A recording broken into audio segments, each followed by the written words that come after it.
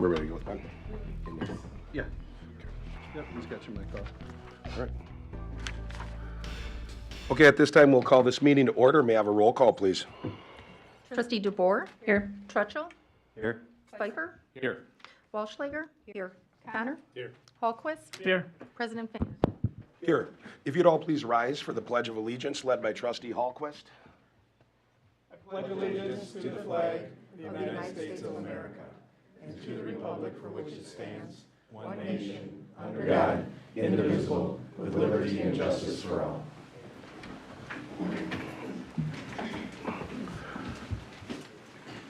So I'm going to say to the board before we start, Amy Askren is in traffic, so we're going to try to hold until she can get here. Originally, I was going to try to push that right to the front so that they wouldn't have to sit through the whole meeting, but so we'll go to, when she gets here, then I'll request that maybe we can suspend the rules and pull that item in. Is that okay with everyone? Yep, fine with me. Okay.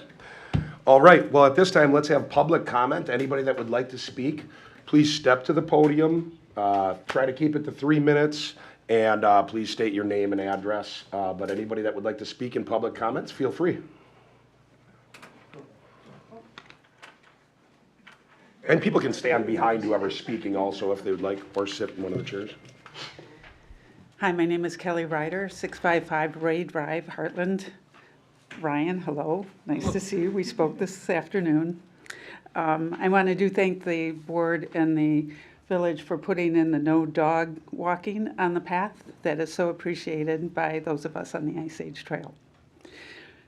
I wrote this down because I do get nervous speaking in public, but we elect our officials with the trust that they will act in the best interests of the community and ensure transparency in decisions that shape the future of Hartland. We recognize the importance of investing in public safety and our services, especially as our village grows. The need to modernize or expand our police and fire departments is understandable. What is difficult to understand and frankly disheartening is how a decision of this magnitude involving the conversion of our parkland like Hartbrook Park could advance with so little public awareness or engagement. For many of us, this news is coming far too late in the process. While we acknowledge our own responsibility for not closely following board meeting agendas or attending monthly sessions, the village also has a responsibility to communicate significant proposals in a way that reaches all residents. Citing that this information was posted in minutes or meeting minutes does not meet the bar for transparency when it comes to a matter as impactful as losing public green space. Just look at the Arrowhead School referendum. It reached every resident through physical mail. Similarly, residents recently received a printed notice in the water bills regarding inappropriate sewer disposal. If that issue warranted a direct mailing, surely the potential loss of parkland deserved equal, if not greater, notification. There are other properties that should be thoroughly explored for committing to building on parkland. For example, there's a building in downtown Hartland that has frankly confused me for almost 30 years. It's been vacant for decades. Or the former Skateland lot between Sweet Dreams and Beeble's True Value. These alternate locations deserve public discussion. Going forward, we urge the village to adopt more proactive outreach strategies for decisions of this scale. Mailings, community forums, social media alerts, and signage in the affected parks are all ways to ensure residents are properly informed and able to weigh in before decisions are finalized. We ask for transparency, we ask for engagement, and most of all, we ask that the green spaces we all value so highly not be lost without the community's voice being heard. We do know the police are growing and fire, and we know we call the police a lot, and so we just want more transparency and more words from us. I'll give this to you. Thank you.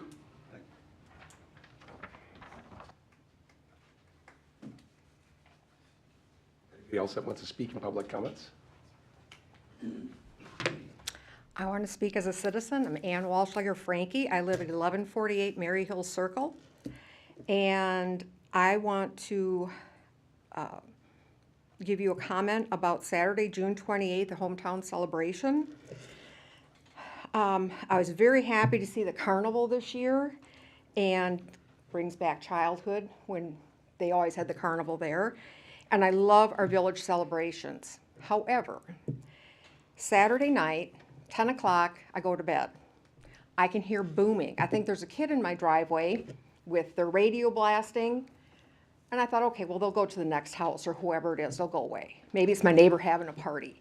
10:30, finally, I get up, I go outside in my pajamas to have a little chat with whoever's got their music blaring. It was the park music that we could hear in the northeastern corridor of the village of Hartland. I think that music does not need to be that loud that it can be heard in the town of Merton, north of Riebeck and Dorn, which it was. My son could hear it at his house, I found out a week later. And that volume of noise has got to be hard on our volunteers that are working under that tent. And also, I talked to some people that wanted to go in and see the band. They said they couldn't even go under the tent because it hurt their ears so bad. And I think that I don't see that good music doesn't need to be blasted like that.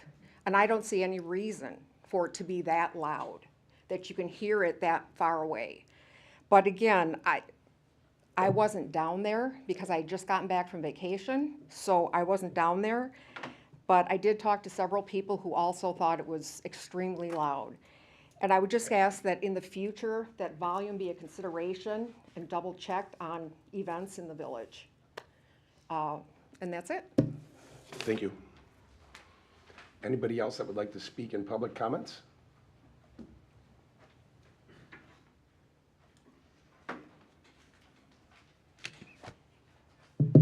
How you doing? Trevor DeBoer, 608 Oxford Drive. First of all, I want to thank the village and the board for an outstanding hometown celebration. That was great. Most of all, I just want to say thank you for the recognition. That meant a lot to myself and my family for all the years of service. In addition to that, I think it would be a good idea to recognize some of our hometown heroes that are currently deployed or in service right now, either graduates of Arrowhead High School or residents of Hartland. So right now, Braden Steckner, Caleb Rabbit, Will Braunschweig, Preston Srozik, and Peyton DeBoer. They'll be heading out to Kuwait in about a week. It'd be nice to have a list maybe on our website of folks from our village who are currently deployed or active duty. So again, I want to thank everybody for your patriotism and the recognition. Thank you. Thank you, Trevor. Trevor, is that something that you might be able to assist with? Yes. If that were to become an ongoing thing? Yes. Okay, thank you. Anybody else that would like to speak? I'm Chris Tempwood, 675 Ray Drive. I cannot say it better than Kelly. So I support the need for new buildings. Some of them are outdated. We need expansion. I totally support that. And the tax implication on that, I guess I will support that, but I'm really opposed to the proposed location of the police department and administrative building. I think that Hartbrook Park is beautiful. We use it all the time, and so do many people. And to take green space away from that park, I think would be a tragedy. Hartland, Village of Hartland has always took pride in their parks and tried to preserve and upgrade them, and I think that this is a mistake. So, thank you. Anyone else that would like to speak in public comment?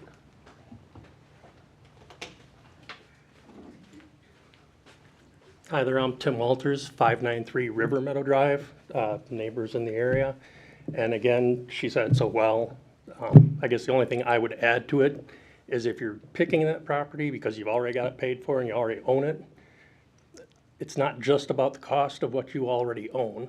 I think the people are willing to pay to have the improved services. Think about the cost of, if you put the police station there, how much would it cost you to recreate a park somewhere similar with the river and the other stuff that's associated there? One of the things pointed out was the old Skateland Center or whatever. It's right in the same area. If you're looking for a point of presence that gets you time distance to your area, you know, yeah, you'd have to pay to acquire that maybe, but how does that cost offset with what you lose by just taking the cheap, easy, hey, we own it, let's build it here kind of thing? So that's all I have to say, I guess. Thank you. Anybody else that would like to speak in public comment?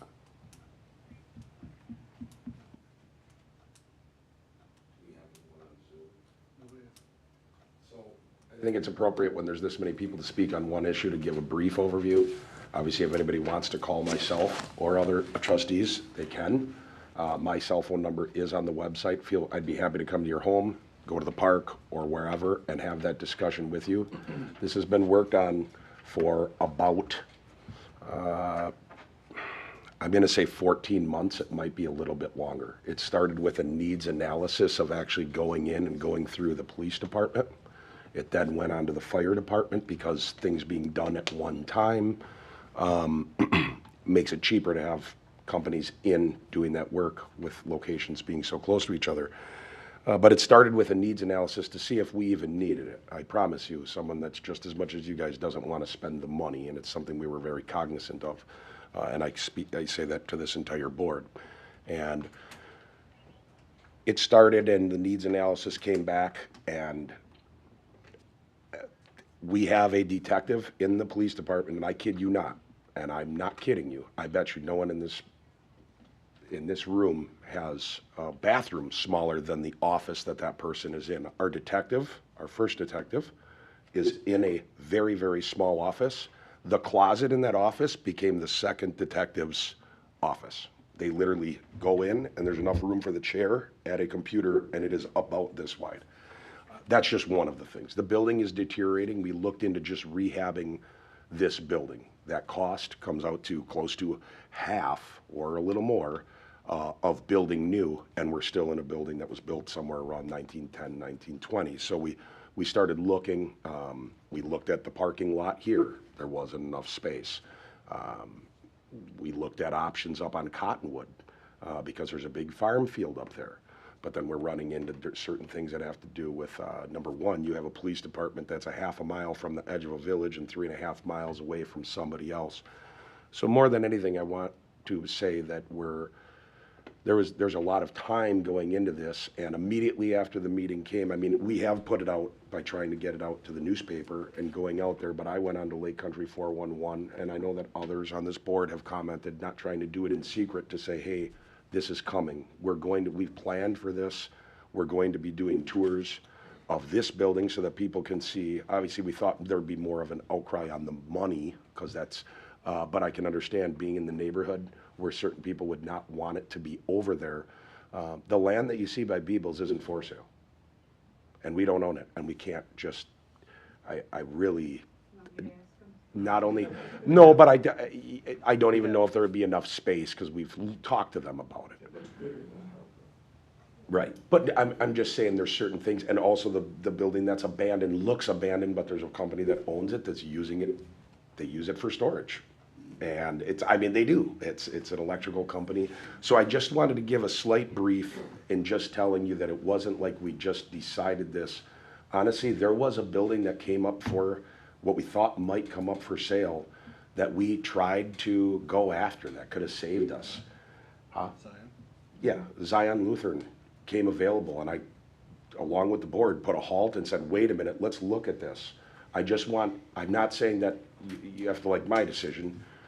I'm saying that there's a lot that went into it because we understand it affects lives. We understand it affects Hartland for the next 75 years, 100 years with these buildings that we're building. So there will be more to come on it. I encourage any of you to please reach out. And I'm just going to briefly just toss it over. This did start with, and I'm not trying to put it on them like they did something bad. The police chief came and said, we need something If you feel like you need to add, either of you, Chief Jambritz or Chief Misko, please do. I just want you to know where it's coming from, and the board is looking at different options of land and where to put it. So, Chief?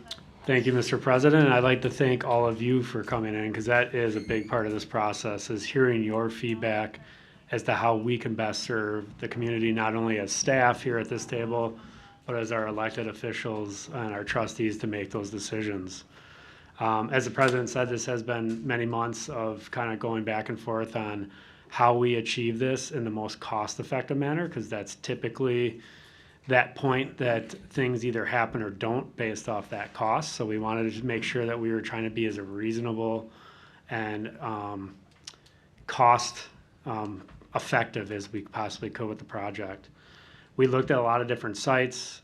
Strategically, obviously that location works very well. However, we do understand what you're saying about that park.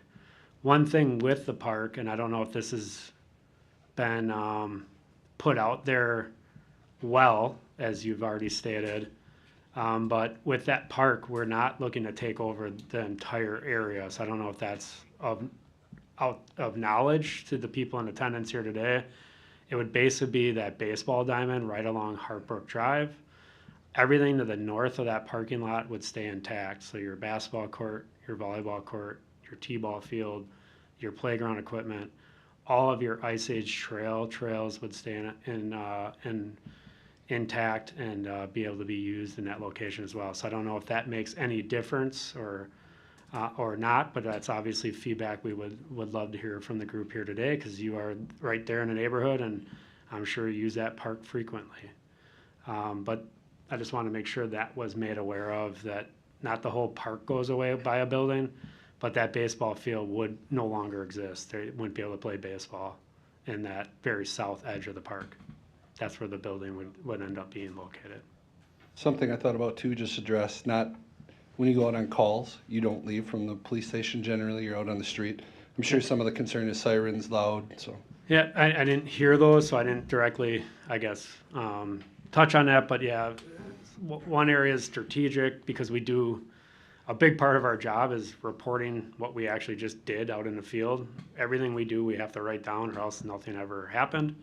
So we do spend time in the police department, don't get me wrong, but when we're not in doing those reports, those officers are out on patrol. So I couldn't give you like an exact percentage of how often we would respond from the squad car or the police department, but I would say it's probably fairly close to that 50-50 percentile. Just depends when that call comes in.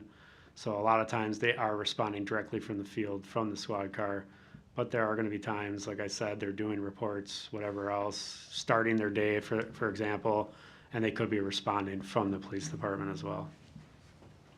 Thank you, Chief Jambritz, did you have anything that you wanted to add? Yeah, just the only thing I can add is, I mean, again, if you want to come down and tour the station anytime, obviously, I'm there Monday through Friday, some weekends, and then, but there's somebody there 24/7, 365. They'll be willing to take you around through the station and show you what we're looking at. I've been in Hartland here for 32 years now. I've been on the fire department that long. When I first started, there were 47 members that lived in the village of Hartland. Right now, I have 11 people that live in the village. Everybody else comes from outside the village. I have no place to put them up. I have 2 people on full-time every day that take up 2 bunks. I have 2 other bunks that I can put 2 people into at that point. It's to the point now where unless those 11 people are all available, we can only get certain amounts of equipment out. So obviously we're looking to the future. Full-time staff maybe down the road a few more years yet, but that's kind of where we're at. We're also in a 50-plus-year-old building. We have many issues going on. In my report to the board tonight, our front driveway where the big rig comes out of, the concrete was all broken up, so we're doing a temporary patch on that in hopes that by next year we get going on the building part and we don't have to worry about it, because it was coming apart bad where it was actually popping up and coming and hitting the bottom of the truck when they pulled out. So, but please stop down anytime. We'd be happy to take you through the station. Quick, please try to keep it to a minute. No, go to the podium. And just, Kelly Ryder, my whole family of firefighters have nothing but the highest regard for police and fire, understand the need for the building. I think my biggest problem is transparency. I spoke with Ryan earlier. He said there's no way he can mail things out, to all the village residents, and yet I open up my water bill and I see that we're gonna have a big expense because people don't know how to flush things or not flush things appropriately. So it's more about the transparency, and we know you need something new. These buildings, yes, we can see, and I trust it implicitly. It's the location and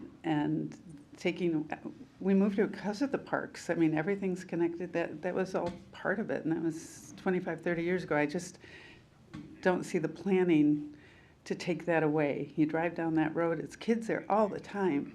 And it's getting the message out to the people, Ryan. And I don't agree with you when you said that you couldn't get some mailings out to the people. Yeah, so in the last community. meeting, we weren't expecting the board to move forward to approve the project. At this point, we are gonna start doing that. Once we get engineering, we're gonna have open houses, we're gonna have all of those items.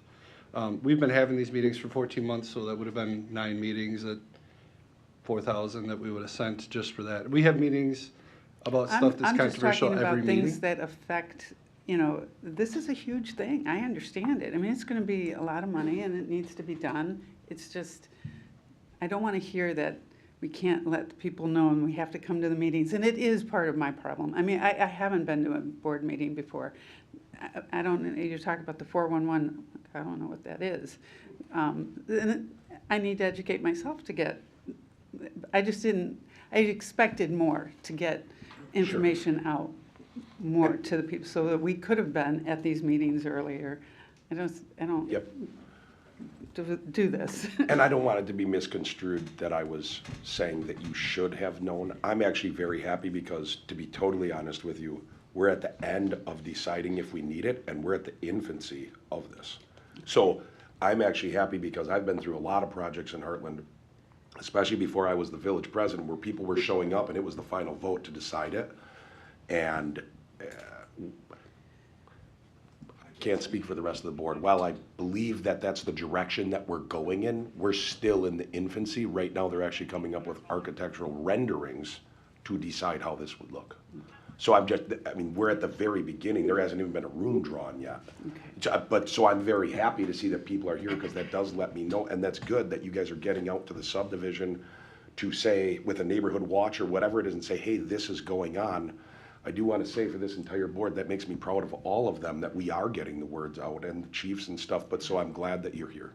Yeah. And we'll And I'll continue go to on listen and have 411 or listening. whatever that is. We will have special listening sessions. I'm even thinking that maybe we set an email list up so that people can continuously get emails that'll tell you when meetings, open houses, things of that nature are, and maybe even something specifically for the neighborhood, if it'll be effective. Strong line of sight, right? We understand the need for it has to happen. It's the use of the park. Understood. Understood. Mr. President, can I? Yes, sir. There is, as far as transparency, there is plans, police chief failed mention or didn't mention that baseball field will be replaced at another park. So it's not like we're going to lose that field. So. The only reason I didn't mention it is you guys haven't approved it yet, so I didn't want to speak out of turn. I'm the park board chairman. But I know that's in the works. I just have to say, I used to Can you say live your in that name and address? neighborhood. Sorry, I have to ask you to. Pardon? Your name and address. Oh, Michelle Colo. I'm at 102 Kestrel Way, but I used to live in that neighborhood. And I love the park. But, the one thing that they mentioned was that part of the park would still be there. I think that's important. And also, we have Centennial Park now. I feel, and I know you guys from the neighborhood, but Centennial Park is pretty awesome, and it's so close. And that for that neighborhood, the park is wonderful. But if the fact that they're only going to take part of it, I think is important.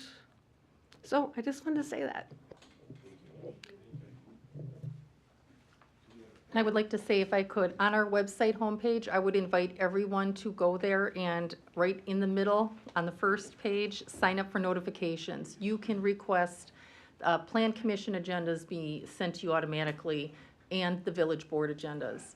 Also we try to reach people at our elections, where we've had a QR code to sign up for our weekly constant contact Hartland happenings. We try our best to keep people informed, but it's hard to get the word out there. Yeah, thank you. And I would add also that the Village Hall and Police Department that is proposed for that site will contain the Recreation Department.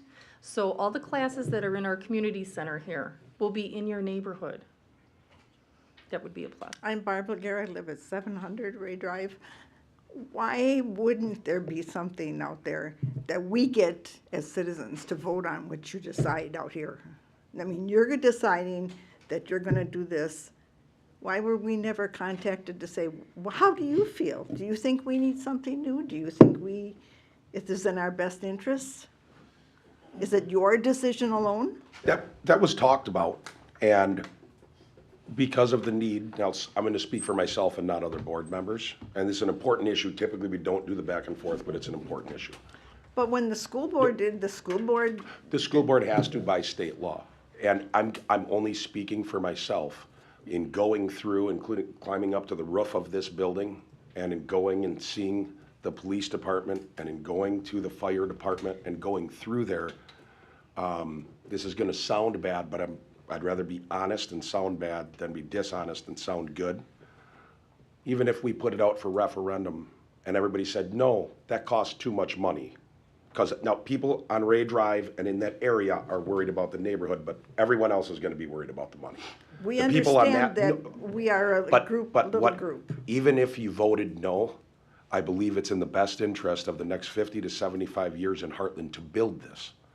And so it's all about finding Okay. the right place. And I know that sounds bad. It's not that I'm not listening to the voters, but always I've pushed, even to upsetting people that are heading up departments, to say, the voters said no, we're not spending it. We're not doing it. And I do try to push the taxes down. When I took over, and I know people say it's a shell game, it's not, but I mean, a lot of us came on, the taxes every year have gone, they were $4.86 per $1,000 worth of value, right now they're $3.86. Maybe I misjudged by thinking people were gonna be worried about the money, and they're not that worried about it, and we worked really hard to get that price down from 34 million down to 24.5, up to 29.5, somewhere within there is where it's going to fall. We sat down and we looked at the best areas we could. We had different models of where was it best to have it centrally located in the village, whether or not we should just redo this building. Those things were taken into consideration. We're going to put it out there. I personally didn't vote to say, hey, let's put it out for referendum, because the school has to come and get that money, but I would feel like a real jerk if I put it out for referendum and everybody said no, and then we went and did it anyways, as opposed to just coming and saying, I'm telling you, after you go through these buildings, you're gonna realize there's a need. I understand you don't think it's the right thing in that neighborhood. I do understand. But we have to do something. I totally agree with Kelly. The only thing is a little bit more transparency would be really nice. I kept reading on the minutes, it was Keller, is that the people? Yep, Yeah, correct. Keller were doing an assessment. Keller were doing an assessment. Never saying what the assessment was or what they were doing. It was just they were up for assessment. So there was no transparency into what was actually happening. Again, another thing too, all these meetings are on YouTube, streamed live. You can watch them every Monday. They're on YouTube Live. We have Zoom options. We put out mailings. Beyond going to every door, we've had nobody from Hartridge. We had nobody. Again, I understand it's because it's by you. And when things get to a level where we're starting to do something, we have to send mailings. At this point, we haven't even signed a contract to design yet. Nothing is there. They just said that they want to go to that park. That's where it was. I was trying to pull up the drawing before, but it wouldn't pull up. Just show you. It's literally just baseball field. Nothing else. Nothing else. Add advantages for the police are it's by 16. It's right on main roads. It's near Arrowhead. It gets us around the train tracks. Right now, if we have a call, fire or police, we can't get there. So, again, I completely understand the neighborhood aspect, but the board voted that way. Yeah. My name is Karen Wharton, and I live on River Meadow. And I just think pushing this through, we elect you people on the board to represent us as citizens. I'm a retired single person. You're going to drive me out of my house. My taxes went up over $1,000 in the last 2 years. It's insanity. Now they're going to build this giant high school. We're going to have another referendum on the next vote for $281 million. I mean, what are you doing? What are you doing? Now you're going to give money to three leaf partners again? You waive the impact fees to them? This affects me. This affects the people in this room. There are people, that's what you're voting on tonight again. That's wrong. Why are we doing that? This is a retired Milwaukee Bucks guy who has a whole lot more money than I do. And I don't think that's right. And I think the transparency has been wrong. This money that you're coming up with is only for bricks and mortar. It includes none of the operating costs. You're hiding that. That's wrong as well. This is dishonesty. And you guys are voted on the board, so we don't have to come to every one of these meetings. We have a life. That's why you're on the board, to represent us. And I don't feel like you're doing it. There is a money element here. You're driving people from their homes. This is wrong. It's really, truly wrong. There are a lot of retired people in my neighborhood, and we can't afford that kind of stuff with everything else that's going on in the world. Was it looked at to right next to the police or the fire station is a big open area. I don't know who owns that land. Why don't we expand the fire and the police in that area and keep the village hall here? Wouldn't that make a whole lot more sense? I understand what the police department and the fire department is saying, but you're going from 5 part-time firefighters to 18 full-time firefighters? That's insanity. That's a lot of cost. That's a lot of overhead. That's a lot of operating expenses. So I think you guys better start being more transparent with the real cost to the people instead of hiding it under all this other stuff. And please do not give that developer more of our money. You spent $1.2 million on fixing the sewer system so they could develop. That's ridiculous. That's my pocket again, paying for this developer. We paid for the quarry development for them to do all the grading and everything else. It's wrong, it's wrong, it's wrong. They need to come up with the money, not us. Thank you. Thank you. We will be having sessions to address all of those things as well. Anybody else that would like to speak on public comments? When I say all of those things, I'm saying the things of how it affects the money and that type of thing, and whether or not we should spend it and that kind of thing. Anybody else that wants to speak in public comment? Do we have anyone on Zoom? Last call for public comment if anybody would like to speak.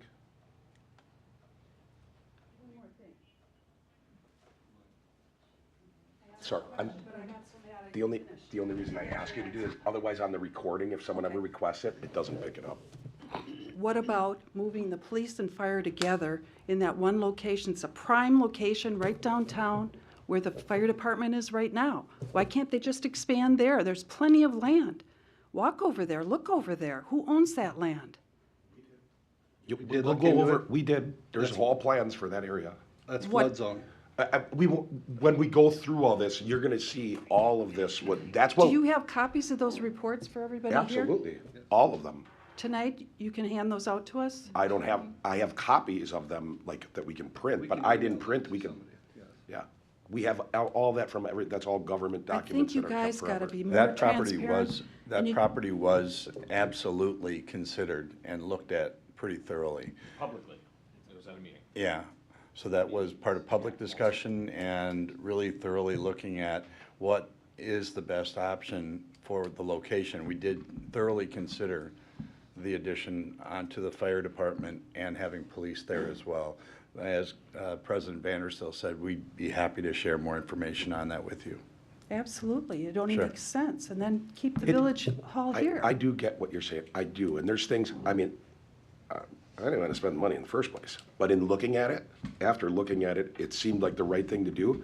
When you talk about just expanding at fire, and it's a troublesome location, because if Hartland North is getting out of school, No emergency vehicles are going that way, and it puts us in a really jammed, these are the things we'll go over in the open houses where you look and be like, okay, just like we were with, all of a sudden we were Right. kind of pigeonholed to a location. And I understand you're trying to solve a lot of problems here. Right.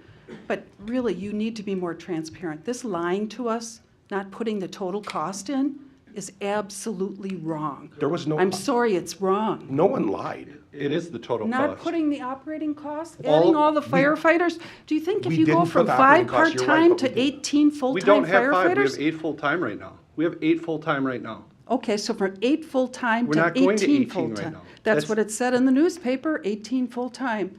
That's what the it study said. told us to do. We're not doing that. A I totally know, different but guess study. what? All those firefighters need equipment. They need supplies. They need all the firefighting equipment. We need new trucks. We need this, we need that. You know, where does it stop? Those costs aren't in there. People are gonna be really surprised. I'm not disagreeing with you. I'm simply saying I don't see it that if I say a building's gonna cost this much, it's not, I'm not trying to hide that costs money. I'm not trying to hide the fact that costs operating costs. $100,000 That per needs to be person. in there to the people. They need to know what you're dishing out to us in total. Seriously, people are hurting. And You know, people you are think 'cause hurting it's it. a rich community that it's wonderful. It's not, we're trying to do the best we can, so when someone's having a heart attack, that the Absolutely, paramedic I level don't- service that we went to I can think our police and get to fire is them. fabulous, just on- like the other gal said. You think it's fabulous just the way it is, but police and fire doesn't. Because they're the ones that don't have people that show up in time to volunteer, and people don't make it. Because we don't get there in time. Now, Someone's they do a died? great job getting there, huh? Someone has died? I'm not sure, but that's what we're trying to prevent. If we only have certain staff, we can run one. We can't run a fire truck. So if you have a medical emergency and a fire, you're getting one. You pick. You want a fire or an ambulance? Why do they send a fire truck for an ambulance call? We don't, because we don't have the staff, but most do because they, other assist. But why? We'll go over those at the open house to answer that question, because the people that I've are in the always wondered, ambulance. is that a state law, or Because why the is people, that? because the people in the ambulance are the full-timers that are gonna be on the paramedic level call, so when they're at a fire, if they get another call, which happens, I think, about 64 times per year, that if you are hurt and come in on a call on 911, that those paramedics can get to you as fast as possible, and they don't have to go back to the firehouse to grab an ambulance and then come to you to make sure that you're safe. If I call an ambulance, a fire truck shows up at Yeah, every with- call. That's crazy. Not my department. Yeah, not Hartland. We can talk about all those things these are good things for us to discuss. We're gonna have open houses to go over all these Good. things I and think you guys and gotta get in the correspondence. community and talk to the people. I'm not even that, I know a lot of people in the neighborhood are really upset about the park. I'm really upset about the dishonesty, okay, trying to cover it up by not putting the operating costs in there. And I'm really upset about that, you know, people don't need this. We don't want it. There's gotta be a better solution than coming across that way. Give us all the cost. Thank you. Anybody else that would like to speak in public comment? All right. I'm gonna ask that we move through, Amy Askren is in traffic. So I'm going to try to attempt to wait till she gets here. It's not a rush, because we can go through the meeting. It's you having to. So I'm gonna ask the board if we can hold that presentation or that proclamation until she is here, and we'll kind of move through the meeting. Is that okay with everyone? absolutely. All right. Just to make sure everything's legit, does someone want to? Yeah, does someone want to make a motion to just table this until? Yeah. I'll make a motion that we table the presentation of Ben Askren proclamation by President Pfannerstill. Second. It's been moved and seconded to table the proclamation for Ben Askren till later in this meeting. All in favor? Aye. Aye. All opposed? That motion is carried. Now we have the approval of minutes for June 23rd, 2025. I'll make a motion to approve the minutes of June 23rd, 2025. Second? It's been moved and seconded to approve the meeting minutes from June 23rd, 2025. Any discussion? All in favor? Aye. Aye. Aye. All opposed? Abstain. That motion is carried. Now we have items related to the vouchers. We have consideration of a contractor's application for payment number 2 in the amount of $260,907 to Wolf Paving for the 2025 paving program. Tom? Yeah, Wolf Paving is looking for their second payment on this year's contract. They are doing a good job. They've been in constant communication with our staff each week. They just moved out of the Four Winds as of last week, and they'll be starting up in River Reserve, the south section of that Kestrel. So staff recommends making the payment of $260,907 to Wolf Paving Company. Make a motion that we approve payment number 2 in the amount of $260,907 to Wolf Paving. Second. It's been moved and seconded to make the contractor's application for payment number 2 in the amount of $260,907 to Wolf Paving for the 2025 paving program. Any discussion? Quick question. Have you or our engineers been out to double check the work and you find that it's top line work that they've done? Yeah, so West Capitol, we kind of had a little bit of issues with, we did a utility project and we did a paving project in the same time, so we had 4 contractors compared to just 2.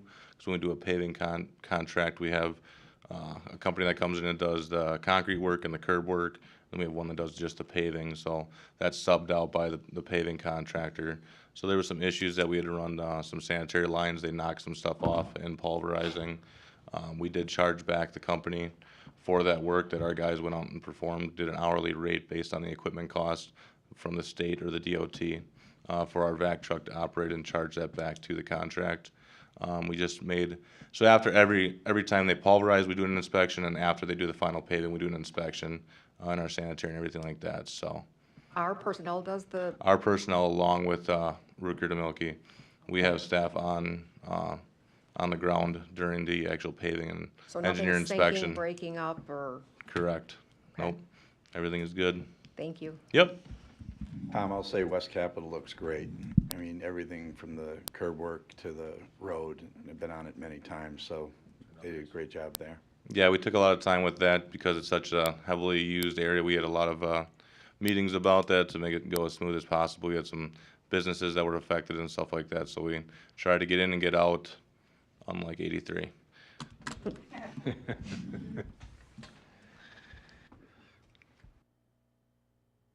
Anybody else? All in favor? Aye. Aye. All opposed? That motion is carried.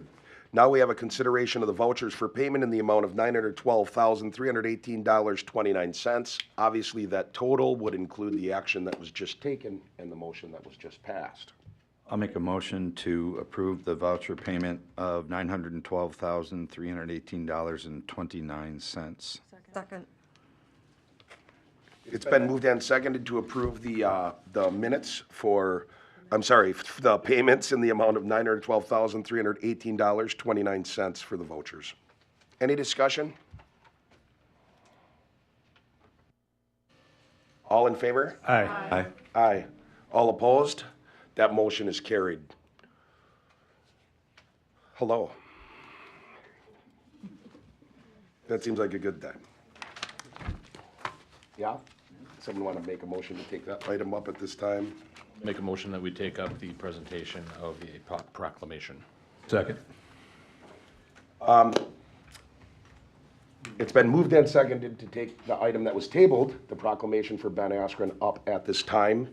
All in favor? Aye.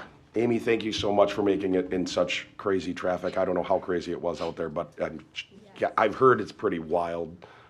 Thank you to the kids, and I guess, I don't guess, there's a lot of people praying. I know that you know that, but I'm sure, I hope it helps. But Ben obviously has been an amazing, a really amazing inspiration to a lot of people that have gone through his camps, and even that he's just touched their lives that went to school with him, and he gives so much back. And after hearing the news, we were really excited for him to be the parade marshal, but I'm sure you saw the showing and the people that were there at the parade. I think it was still a good showing, and hopefully that helps his spirit some, and we're all just praying for you. For anybody that doesn't know, Ben Askren got very sick and received a double lung transplant. It's a little more dramatic than that, but it was very scary. And but right now, it's my understanding that he's making the steps that he needs to right now, and he's doing better. And we had chosen Ben as the parade marshal. He owns a business here in Hartland, and obviously he's one of Hartland's own, graduating from Arrowhead, and everybody was just really praying. And it ended up working the way it's working right now. There is a long road of healing ahead, but we had chosen him as our parade marshal, and when he was sick, to show our support. We're going to make July 18th Ben Askren Day in Heartland. So I'm going to read a proclamation. I'm going to stay sitting just because of the microphone, but it's not out of any. Huh? Is this recorded, or can I take a video for him? You can do whatever you want, and it's on. We were hoping that maybe he'd be watching because it's live on YouTube, right? Yeah. Do you want to tell him? Okay, I'll just take a video of that. Is there anything that you would like to say, or do you want to wait till after? You could do it after. I don't think I'm prepared to talk.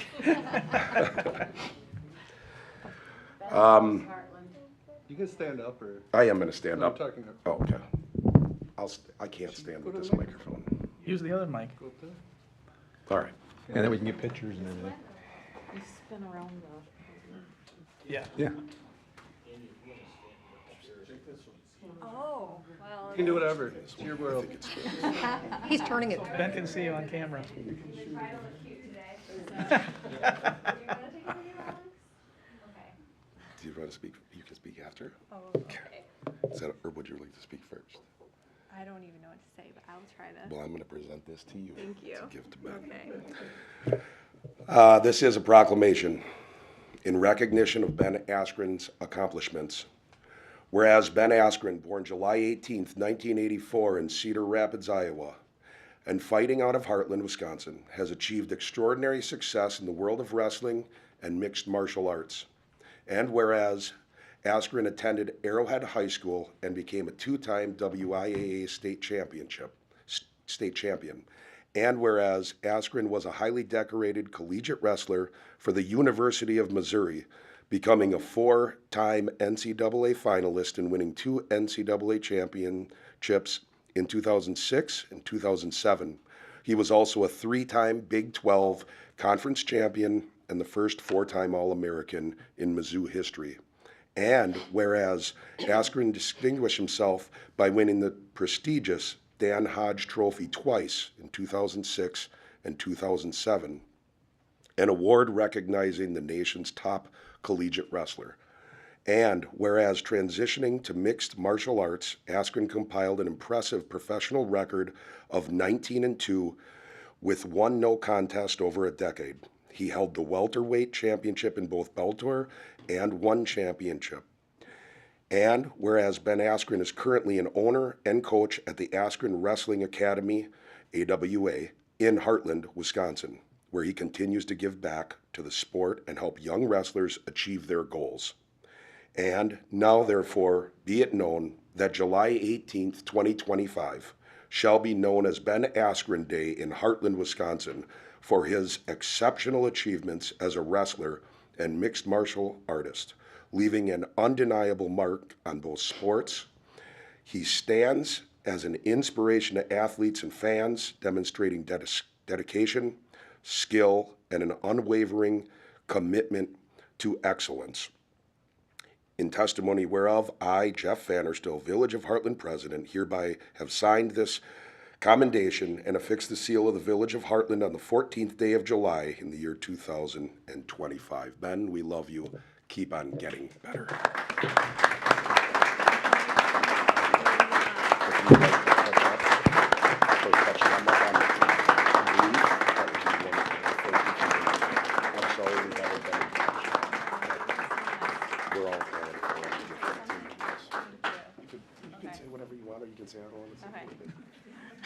Totally wasn't prepared to say anything. I'm sure we'll show this to Ben. We're just, all of this has made us really appreciate our community. See, I can't talk without crying. From the parade to all of his wrestlers and the families, we love living here, and we're just so thankful for all the support and thankful that everyone's prayers worked. So if you've been praying, thanks for praying, and just really thankful to live here. So appreciate all of you guys.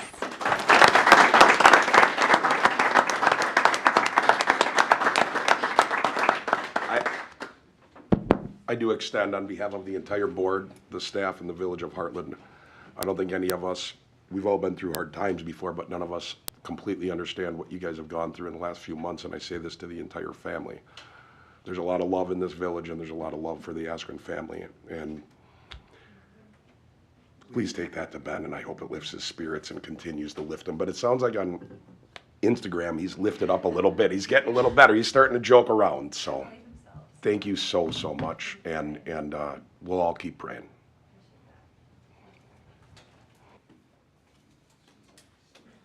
You do not have, you can go.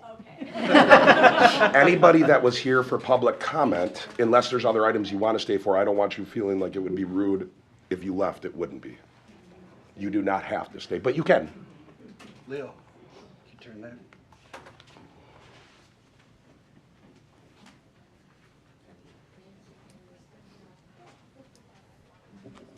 Last chance.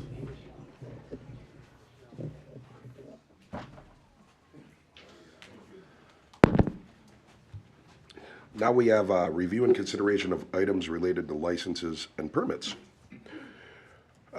We have consideration of a special event application for Palmer's Steakhouse. Sorry, I'm hiccuping. For the Palmer's 10th event gala on September 14th, 2025.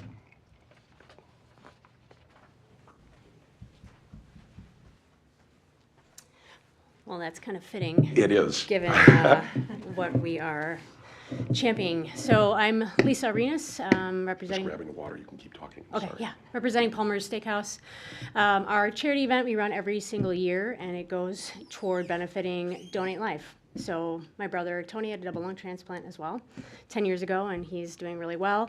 While this, of course, doesn't go directly to him, we are putting it towards Donate Life Wisconsin, research to enhance the longevity of transplant recipients along with cystic fibrosis, and then we're also adding in Make-A-Wish this year. I spoke to your father, and I was wondering if you could elaborate a little bit. One thing that I thought was really cool, and we've Yeah. never really gone over it before, but it is very fitting after the proclamation for Ben Askren. Things happen really quickly, and all of a sudden you have these new lungs, but the amount that goes into the recovery is Yeah. a lot of the focus of Donate Life to help people like Ben Askren. And Tony, if I'm not mistaken, Yeah. was the first in Wisconsin to get a double lung I transplant. feel like I should know that. I don't know if he was the first, but he Well- had a record for being the shortest on the wait list You're right. for a very long time. But transplant recipients rejection is 50% up to the first 3 years post-transplant. And you're on anti-rejection medication your whole entire life because you have this foreign body in your body. And there just wasn't a ton of research that's been out there, and my brother had his transplant in Madison, and the surgeon that is there and their team is researching now how to make that better for people post-transplant. You know, maybe less medications, less sickness. I mean, a cold, truthfully, can kill anybody with a transplant now because any little bug, germ, really wreaks havoc on the body when you're just trying to stay alive now because your immune system is so suppressed after the transplant. So the journey is not just now you have new lungs and off you go. The PT, the mental toll it takes, knowing that someone had to sacrifice for you to live, like all of that. There's so much that goes into transplant, into the recovery besides just the surgery. Yeah. The event will pretty much be the same as last year? Yep. So we'll be having part of the road closed. So from, I wrote it down. It is from Goodwin Road to the entrance of the old gas station on on Cottonwood and Capitol there, so it won't block that. It's just a small little segment kind of out in front of the restaurant. A tent is outside for the family, for our family, and then guests inside for dinner. In the event that there's rain, we're not taking up seats for the guests for the event. I'll make a motion to approve the special event application for Palmer's Steakhouse for the Palmer's 10th event gala on September 14th. Second. It's been moved and seconded to approve the special event application for Palmer's Steakhouse for the Palmer's 10th event gala on September 14th, 2025. Any discussion? All in favor? Aye. Aye. All opposed? That motion is carried, and I will say that especially now that we have two that we know of, people that have had double lung transplants that are part of our community, even if you aren't able to make it to the 10th event, I believe you can go on a website and you can donate. Yeah, absolutely. Thank you. Thank It's you. part of a tribe now, so thanks, everyone. Thank you. Yeah. Now we have a consideration of a restricted species application. This is for Terry Johnson at 524 Penbrook Way for 6 chickens. Sir?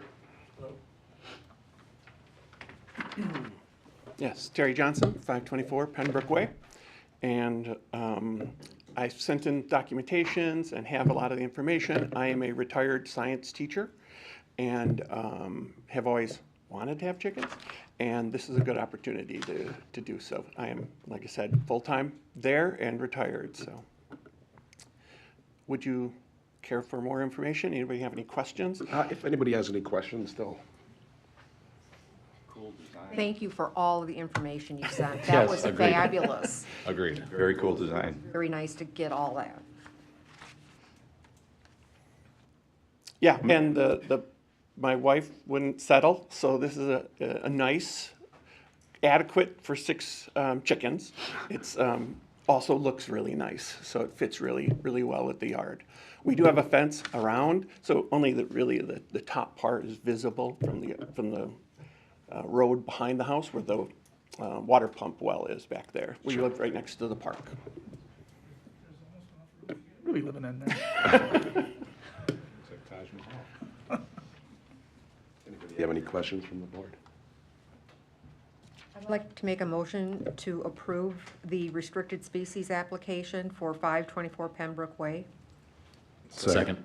It's been moved and seconded to approve this restricted species application for 524 Pembroke Way for Terry Johnson for 6 chickens and his wonderful chicken coop. Thank you very much. All in favor? Aye. All opposed? That motion is carried. Thank you. Thank you. Now we have conceptual review in addition to 221 East Capitol Drive, Lake Country Playhouse.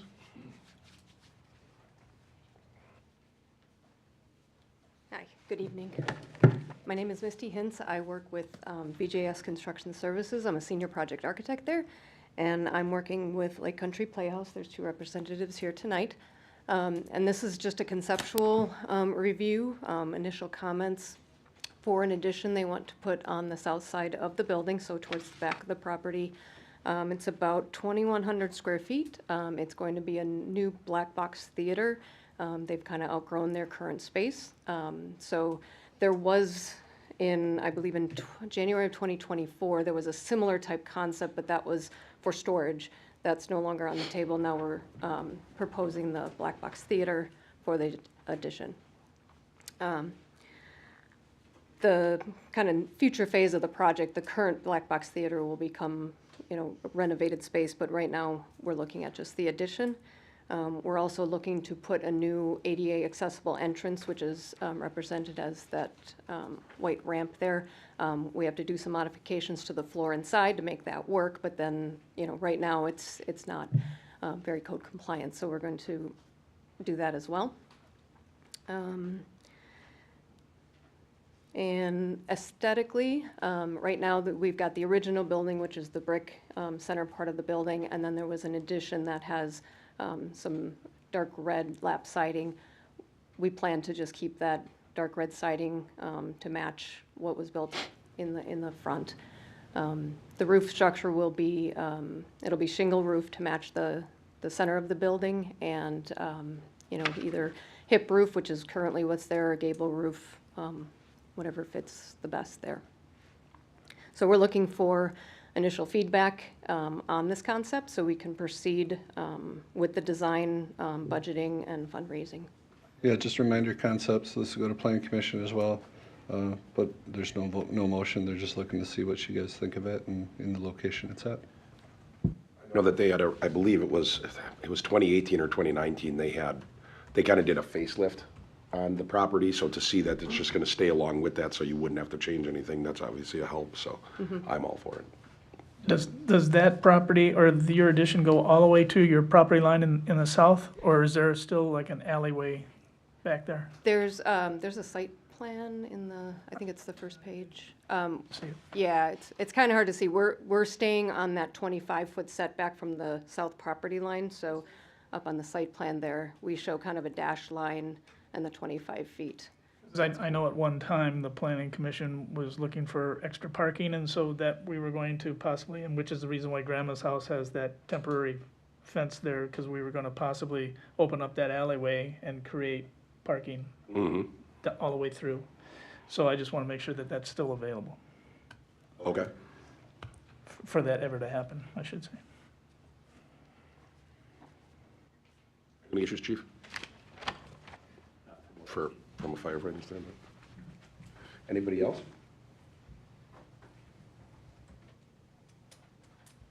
I mean, I'd like to get a vote to send it to plan, just because it gives the indication they're not just guessing, but, or to not do it, but I'm for it. I'd make a motion. I'll make a motion to send the conceptual review of an addition to 221 East Capitol Drive, Lake Country Playhouse to Planning Commission. Second. Been moved and seconded to send the conceptual review at 221 East Capitol Drive for the Lake Country Playhouse to the Plan Commission, which would be another conceptual review, and then it would get rolling. Any discussion? All in favor? Aye. Aye. All opposed? That motion is carried. Thank you. Thank you.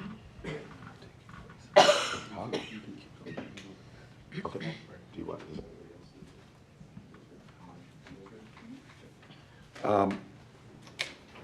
Yep. Isn't that weird? Now we have Village Board second reading for a proposed PUD development amendment, whose approval is being sought by Three Leaf Development on property tax key HAV 04239811056 located on Campus Drive. The Village Board will review and consider, number one, we need to have a public hearing to hear comments on the proposed preliminary site and building plans and preliminary certified survey map, petitioned rezoning to RM1 with PUD agreement, proposed land use amendment, and proposed amendment of preliminary site and building plans for senior living development, 124 units from 120 units. And then lastly, there will be a request by the developer to amend the PUD to waive impact sewer connection and regional sewer availability charges totaling approximately $382,874. The first thing I'm going to do is open up that public hearing.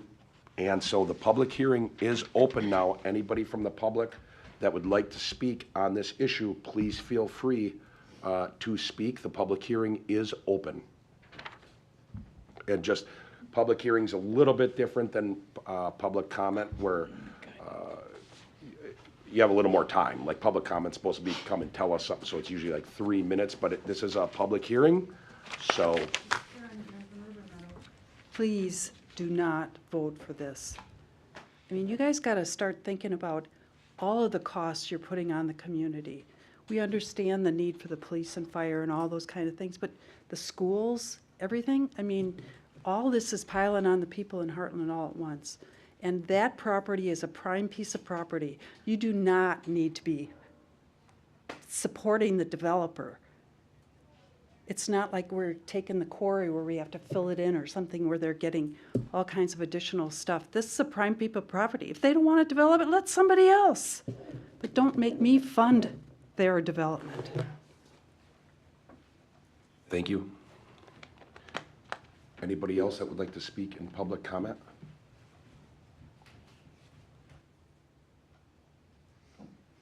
Or that wants to speak in public comment? Last call for public comment, just in case anybody changed their mind. No one on Zoom?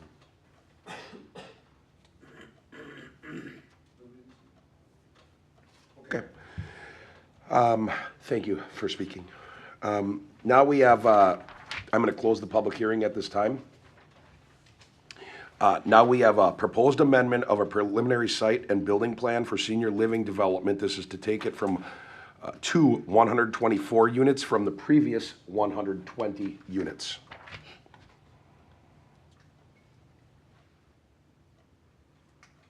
see they're here. If anybody has questions, I can ask Mr. Ford, and I can ask them to come to the podium. Might not be a bad idea, just in case anybody has any questions. You might get none, but. Does anybody have any questions on going to the 124 units?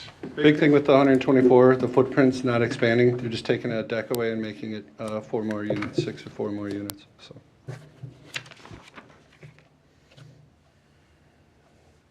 It's the second time we've gone over it, but if someone needs to see something, we do have the stuff that we can direct to. It's the second reading, so again, it would go to a third reading next meeting, or any of these could be rules suspended to vote for or against.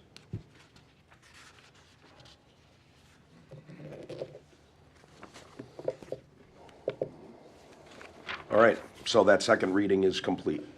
Now we have a request by the developer to amend the PUD to waive impact sewer connection and regional sewer availability charge fees totaling approximately $382,874. Mr. Ford, or if anybody has any questions before we even get to that, or I can let Mr. Ford first say whatever he needs to say if you want to make the request again. Yeah, thanks, Jeff. Just to answer the question about this, and I appreciate obviously all the public feedback on any development that we do, and obviously we take it personally as we try to make an impact, and I think some people have seen, hopefully you've been by the quarry project, obviously a very complicated site, but we're taking what it used to be and change it into an $80 million, 267 units for additional residents of this great community. And our hope is to do something very similar, this time on the senior housing front. That would be a full continuum of care, as we've talked about over the past 5 meetings with regards to this. So it's a combination of both independent living, memory care, and assisted living. Obviously, we're very cognizant of the fact anytime we ask for any financial assistance on any project, this one's different. We were in front of the Plan Commission, and one of the Plan Commission members, as some of you may know, very clearly stated that there may be something in the Hartland Code that we might be onto. Your current code essentially has commercial use, and you've got residential use. There's nothing in between. So for those that may not know, your residential use, your typical single family, is based on an occupancy level of about 3.5 to 4 persons per house. For a senior housing development like this, the average occupant per unit is 1.2. This is not a single family subdivision where you have 4 people per unit. The average is 1.2, and I would suggest, depending on obviously of leasing, we may have less than that. So one of the things we always try to do with every community that we work in is to work collaboratively. It's not about what we want to do, what the market wants, what the community wants. It's what all of those, put them all together to make kind of the best decision. Obviously, we have discussed in the past the need for senior housing. I don't know who's controlling the slides, but if you can go back, it's in the back. Right there. Senior housing, the oldest baby boomers will turn 80 within the next year. So what does that mean? In the US, age 80 and older is expected to grow from 4 million today to 19 million in the next 5 years. I mean, to me, that's astonishing. This graph kind of depicts that in 2030, the amount of senior housing that's projected to be created is the green bar on the far right, which states 191,000 units, when demand will be 564,000 units. We obviously did a very in-depth market study to prove out the national statistics here locally. And the most significant growth over the next 5 years here in the greater Hartland area is 65 plus. The Hartland market area in the next 5 years is expected to grow from 16,000 to 19,000, or an increase of 3,000 residents. Obviously, we didn't take this lightly when this was approved initially last fall. If you can just go to the next slide. We looked at many different factors in an attempt to not come back to make this a financially feasible project in order to make it reality. First and foremost, we pushed on the construction side very hard with our general contractor and value engineering areas that we could. We obviously pushed on our architect. The design side that you mentioned before is an additional 6 units from what we had before. We removed the rooftop deck that we had and added some additional units. We did an additional market study to make sure that we have the right revenue within our pro forma, as well as pushed on our operator to make sure that they're getting as efficient as possible to drive expenses down. At the end of the day, we were able to trim about $25,000 per unit from the overall cost. If you go to the next slide. Well, I'll absolutely admit this is not the Hartland Quarry site from a complexity standpoint, but this site, when you get down to it from a development standpoint, is not easy. There's a quitclaim deed by the DOT. It's a line that runs kind of north and south on this page, immediately left of the building. The entire building must remain on the east side of the building, hence why it's positioned in this fashion.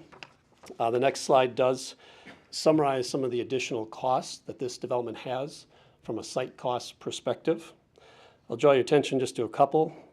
Item number 3, obviously during the approval process, and obviously what should be had is to have fire access around the entire building, but certainly there is a cost to that to the tune of $125,000 additional. And then the item number 6 on here, due to the complexity of the site, the topography of the site, the additional cost for the building, about $190,000. The next slide really summarizes your overall impact fees. So when we talk about impact fees, it's not only impact fees, which include law, fire, DPW, library, and parks, but then it's also the utility and sewer fees. The impact fees themselves are about $204,000 for this particular development that we're proposing. The utility fees are the bottom half of this graph, totaling $1,061,000. So if you add those two together, you get the total impact fees of $1,265,000. On the next slide, another factor that I think you definitely need to consider as we try to make an impact in this community is, what is this development, besides the housing factor on the senior, what is that going to do for this community? This development is on just short of 4 acres in total. Annual tax bill based on assessed values will be in the neighborhood of $225,000 to $250,000 per year, or that's about $67,000 per acre. In order to duplicate that on a single-family subdivision, you would need somewhere around 35 to 40 acres, or 70 single-family homes to get the equivalent. However, we're also not asking for any road construction, any snow plowing, any garbage collection, and no TIF. So this development is essentially providing almost a 10 multiple in taxes for a similar acre of single family. The last time we were in front of you, the initial time we were in front of you, we had requested a full waiver of impact fees. And based on discussion with both the Plan Commission and yourselves, we collaborated and went back and said, what can we do to try to drive that down further and really understand the true impact of the impact fees? What we discovered is, and Matt Bailey from Trio Engineering is here today as well to answer any questions, but using what I talked about earlier, 1.2 occupants per unit versus 4 on a single family, I would suggest we're not asking for a waiver of impact fees. I'm asking for you to charge us what we're using. We proposed as a compromise that based on industry statistics, engineering market statistics, that this development, a senior development, would utilize about 37% compared to the equivalent with 4 occupants per house or per unit. That's where we were the last time. And one of the things that we talked about is you asked us to go out and get real world or an actual senior development and to prove out what are they actually using for utilities. So we went out and did that with a senior development here locally, and it basically proved out exactly what we thought it would. The statistics that Matt used are industry statistics that are measured by the maximum peak utility usage. And he was at 37%, which totaled about 28,000 gallons per day. When we took the actual quarterly usage from a comparable senior development here locally, they actually used significantly less than the 28,000. They're using on average 11,000 gallons per day. So not only is the 37% that we're requesting not actual use, it's almost more than double. What we're trying to do obviously here is make an impact through real estate. I understand sometimes there's images about professional athletes. The village board knows Pat doesn't just talk the talk, he walks the talk. When we started the Hartland Quarry project, the first meeting, who was here?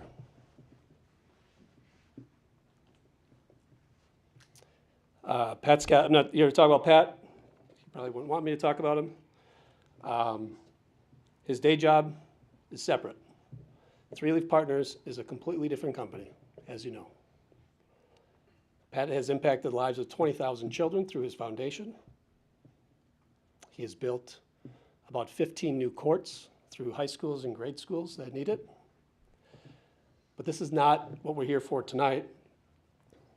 We're trying to make this project reality for the betterment of this community, to have good housing options for seniors.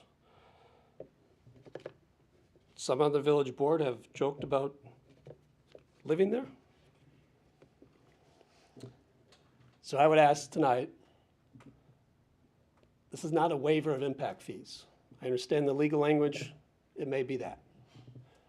This is about charging what this use, because it is not technically fallen in the bucket of commercial or single family, it's more of a hybrid. But we have proved it out, and Matt can certainly answer additional questions if there are some.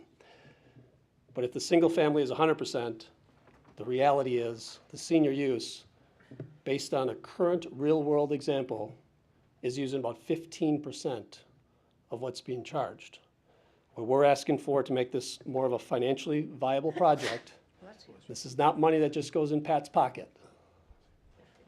Putting these projects together is very complicated with equity investors, debt lenders, but we're asking for us to use the market standard statistic of peak flow at 37%, which based on this example is more than double likely what we'll actually use. But we're not going to go back and ask for actually at 15. We're going to keep it at the 37 as our request. With that, we'll certainly answer any questions. Reminder, this too, second reading. It can be, can you go to a third reading, or could do a motion to approve or deny?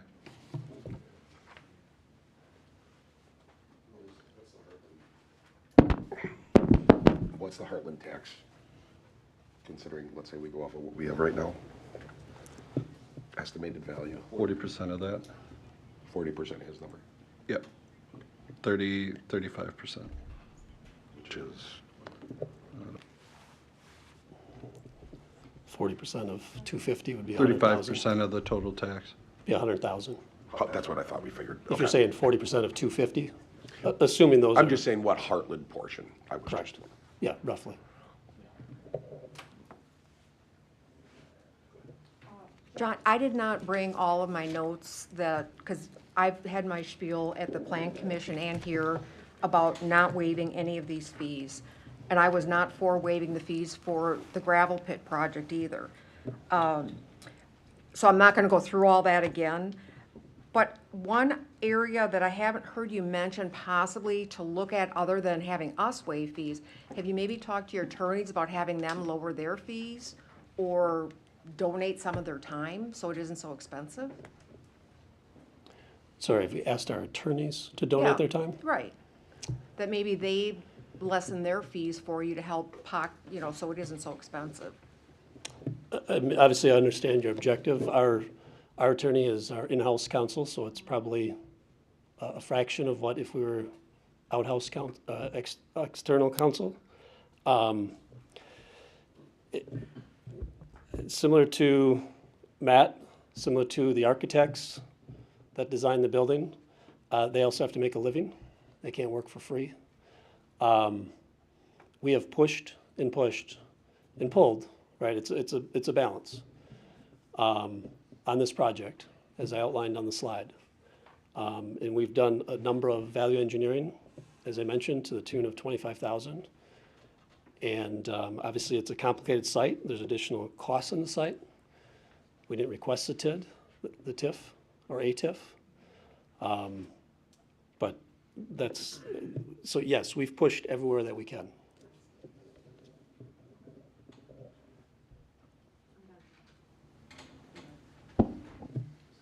You mentioned that the real usage was maybe half of the 37%, right?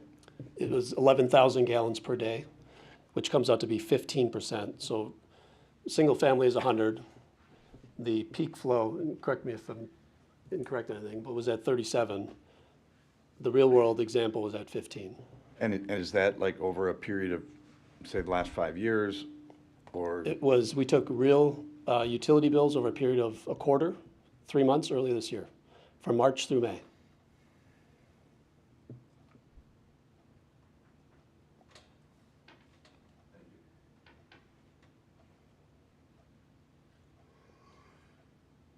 For myself, I do, John, I do appreciate, and Three Leaf, I appreciate that this started off as a kind of based on, I don't know, world events or what you want to call it, but it came to we started and it was $3.5 million. That was a difference from when it started, where all of a sudden this had to be requested. And I know that you did a lot with the buildings.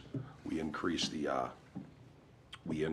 amount of units, which obviously that value add in. But for you to do the work to get it down, we started at 3.5, you're asking for 382, so we'll just say whatever that amount is, but basically you're asking for us to give up the 10%, and you guys have, changed a lot of things for the other. I think I'm somewhat close on my numbers. You've eaten 90% of it, which is, and totally as you should, you're developing, and obviously no one's gonna do this for free. And with the amount of money that's going to come back in taxes, that's going to hit immediately once it's done, just the Hartland portion, that 280 is schools, county, all that. But the Hartland portion being 90 to 110, somewhere in there, because we don't know exactly what the tax rate will be, but $90,000 to $110,000 a year, just over the next 20 years, that's going to be a significant gain for Hartland. So if I just look at the revenue standpoint, if I look at the compassionate standpoint, there's the fact that there's a need for this type of living, and as we talked about in Plan Commission, there is no hybrid that exists, even though there will be nurses and care people that are on staff that are there taking care of people so that they can stay closer to their community. And so I'm not sure if anybody's going to waive the rules to vote for this tonight, but I guess instead, I don't want to hide, and I do want to be fully out in front so that it doesn't seem like I'm hiding anything, but I will be voting for allowing this. I think that Three Leaf did, I believe in the working together. Many times we've sat here where someone comes and there's like, things went up, just cut this off or waive this. And I feel like you guys have really worked hard to give up a lot. I know it started as asking for 800,000 and then it's come down and we made some changes. So I appreciate the working together. I think it is a really good development. I think it's in the best interest of Hartland, but that's just me. I'm not speaking for the board. I'm just kind of, I'll be voting for it. I think it'll be, I agree with your usage as well.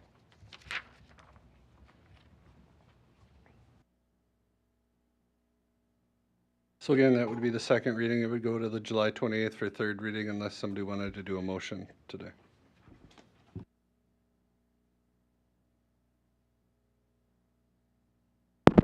Does anybody have any other questions for Three Leaf?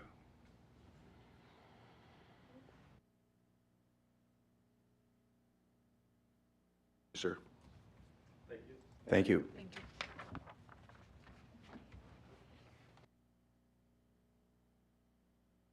So they'll be at next meeting? Correct. Okay. Now we have, okay, so we have consideration of a resolution 07142025 establishing fees for mobile food vendors.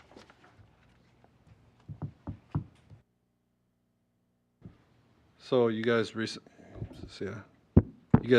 passed the ordinance, so we're trying to come up with some fees that go along with the mobile food vendor in the parks, private property, and just kind of put it into law so that our police can police it. So we didn't really have a set value. We wanted you guys to talk about what you wanted to do for a fee. Currently, we have for private properties a 25 one time and 150 a year. That's for like the food truck at Gristmill. And then the park currently is $75 a day. We don't have kind of an annual. It's been 150 for that annual cart. So if you recall, we approved where food trucks could be in what parks and on what days. So we're trying to set fees with that, make sure that you guys are okay with the private property fees. Sandy kind of threw out some numbers, and I guess it's hard. We can tell you guys until it depends what you want to do as far as the cost for carts, trucks, trailers. So if this is something you want to look at, we bring back on the 28th, and you guys come up with some ideas that you could share with Sandy and I for some values, or you guys could talk about it today and come up with some dollar amounts. So. Do we also want to add in this ordinance, a fee structure for fines? If they don't get their. Is that part of? That's what we talked about in the ordinance. That was what we talked about in the ordinance, where there was a section added and it pushed that fine section that referred to our appendix. So there is a fine for any violation of the ordinance. I believe it's $137.50 maybe off the top of my head. That is in that appendix. It just had to, when that ordinance got approved, we just pushed it down to the new ordinance number because it bumped it like a number. So that's covered, the fine, but the fees for what they have to pay the village hall, that has to be established. Are we going to discuss the fees or not right now? Sure. The private property, I like the annual fee, but I think it should be higher than that. Just seeing what's going on in Hartland now, a one-time $25, that's, somebody having a neighborhood party for a night. But if somebody's going to be parking continuously, let's say for businesses on a business property, I do think it should be more than 150. I mean, I don't think 500 for a year is out of line. Maybe it is. I don't have any idea what a condom walk charges. I have no idea.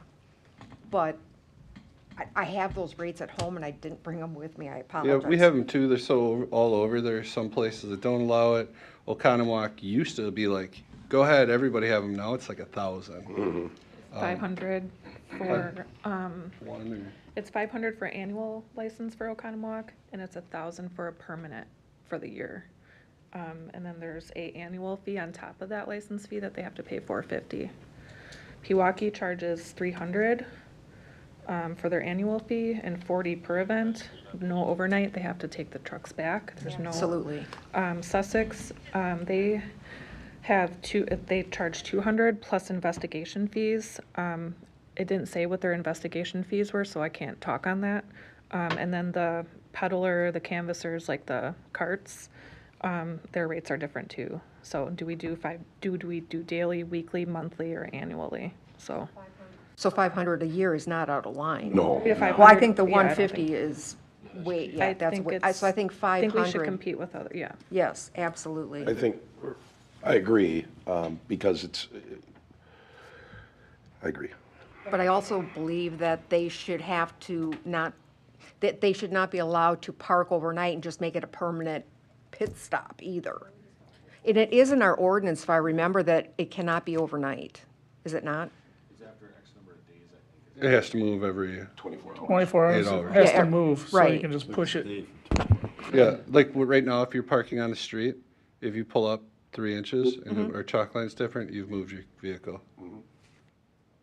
Well, the park. Sorry, public, I didn't. But as long as you move, Yeah, But if we parking- chalk and they move up a spot, that's a new spot for a new 2 hours, so then you gotta re-chalk, and we chase our tail with that, and sometimes I think they enjoy watching us out the window do all that when we get the complaints. So But they if they're purposely- parking on a private property, that's different because they have to get off the private property and then come back. I agree with you, Ann, and I think that what you're saying, and I'm just making sure I'm understanding it right, the spirit of the ordinance was never intended to create additional, it was never meant to create additional permanent Correct. trucks Then on they- site. Kind of like then they can get brick and when mortar. someone has a seasonal trailer. They basically have it, and it has to have wheels, but they build decks and all kinds of stuff on it. They should get brick and mortar then if they want to sit there permanently, right? I mean, Pay a permanent fee, or pay a permanent fee and have that be higher. Like Oconomowoc does, 500 for the annual, and you take it, leave, whatever, or 1,000 and it's permanent. permanent meaning what? It stays there all year. And then they also pay. On another- somebody's private land? Yeah, it's their Okay. private property. Okay. And then they pay. I mean, if they're functioning it, an if someone parks annual it somewhere where it's fee. legal to park it. So Yeah. so in Oconomowoc, they pay 1,000. They pay 1,000 for permanent parking with an annual fee of $450. Otherwise, it's 500, and then they leave every night, Okay. yeah. Thank you for That's getting my all that. understanding. Thank you. I did my homework. Yeah, I get what you're saying. I mean, ideally, or originally when the law was written, it wasn't intended that anyone would just bring one, it would sit. And it wasn't. It's not something we addressed. We deal with it as we go. You know, I think that if someone doesn't have a annual or a permanent, you know, I think, if they don't have that, then yeah, then it's got to leave the property. So- when the business isn't open. are you guys thinking a $25 one-time, a $500 annual, and a $1,000 permanent? I think, We're talking private property right Correct. now only. yes, I think that, and I'll tell you why I think I somewhat agree with that, only because if someone wants to have one once, our law was not, or my understanding is we weren't trying to just prevent that. You know, if one of the businesses, even in the business park, wanted to have something for their employees, or even if it was for the public, it wasn't necessarily, we didn't create it to, we didn't want to stop that necessarily, but we may have changed. My understanding is we didn't want a bunch of permanents. So that's something to think about too. If we create the permanent, you know, do we want them for that fee? If someone all of a sudden got 4 and we don't, you kind of get what I'm saying? Yeah. So, because now but those are all things to think about. Do we I'm wanna trying to think of what will come down the line. Would we want to think about something like a $400 and $800? No, I'm saying we might want to think about if there's a property that all of a sudden, let's say someone decides they're going to have their parking lot become 6 food trucks. Because it doesn't matter what the reasoning is. Let's say they decide to do it. If they got 6 annuals, We have a limit though, don't we? how do you, Not in private. Not in private. Oh, really? these are the things We haven't had an issue yet. we haven't had an issue yet. Well, let's address it before we do. What do you think the chances are of having 5 Not great. permanents? Ain't gonna happen. I think one struggles. Not as big as Oconomowoc, so I don't want to like down Oconomowoc. They're very big and they have the ability to have way more trucks than we do. Obviously, we don't want them all over. We don't have the space for it, but They did the there should same be a thing though, when they fee. originally created, I think it was like $100 or $50, and then it was out of control, and that's why they made the fee. Sussex. Yep. I don't know what those fees are. I didn't find it. And I'll even go so far as to say, because it's only recently that this issue has really come up, but I'm gonna come out and say it. We're growing. I don't believe, and I'm not against business, but I don't want to, this is only my opinion, it's not for the board. I don't want Hartland to become a place where all of a sudden it's some get-rich-quick scheme, or hey, I wanna just do this business quick, so as long as I can get something together, then I can go there for a cheaper price. I'd like to see, if someone's really serious about doing it, they do it. They get the equipment and I just don't want to see it become the Wild West. And that's why I'm saying I'm trying to think of things coming up before no, we don't have to address it, but if we don't address it, even though we haven't run into it. It needs to be addressed. I think we need to address it. So we there's can't nothing keep prohibiting changing it. this every year. We need to figure this out. Right. So, but that's just my 2 cents. I do think that, and I'll tell you right now, when I understand it's on taxpayer property, and there's all these things lower the tax. So when you have, things like the beer garden going on, or things that is going on in the village that the village has created, that people go down there, that has to be much higher, in my opinion. Especially when we're subcontracting to someone that they're making food. I'm just saying. So I'll cut to the chase. When you get to the beer garden, you should not just be able to go down to the beer garden for a $25 fee. So that's why that one's out right now. But if we ever did do that, I think it should be higher, and I don't think it should ever be an annual. I think someone would pay to go there. But anyway, I don't want to be confusing, but I think the village needs to keep control of the beer garden. That's all I'm saying. Yeah, and so on this ordinance, we're not talking about how many times. That previously we didn't talk about that on private property, we didn't give it a limit. So this ordinance can't be changed for that. This ordinance is for the fees and charges associated. So do you guys, I just mentioned to Sandy that we have a non-resident or non-Hartland business. So like if a food truck that wasn't Hartland came to Adam's house, like he had one during the parade, he's a resident. Wouldn't you guys want him to pay the resident rate? So isn't everybody a resident? No, it's where the business is from, if it's a local I understand, but I'm saying, so that resident who had it, he would have gotten punished if they weren't local. If you guys make it $50 and he wanted, Ideally, it's the food truck paying, not the resident. I paid. yeah. Got it. And when we have one in our subdivision, I know if we have it twice a year usually, and we pay the fee for the truck. Right.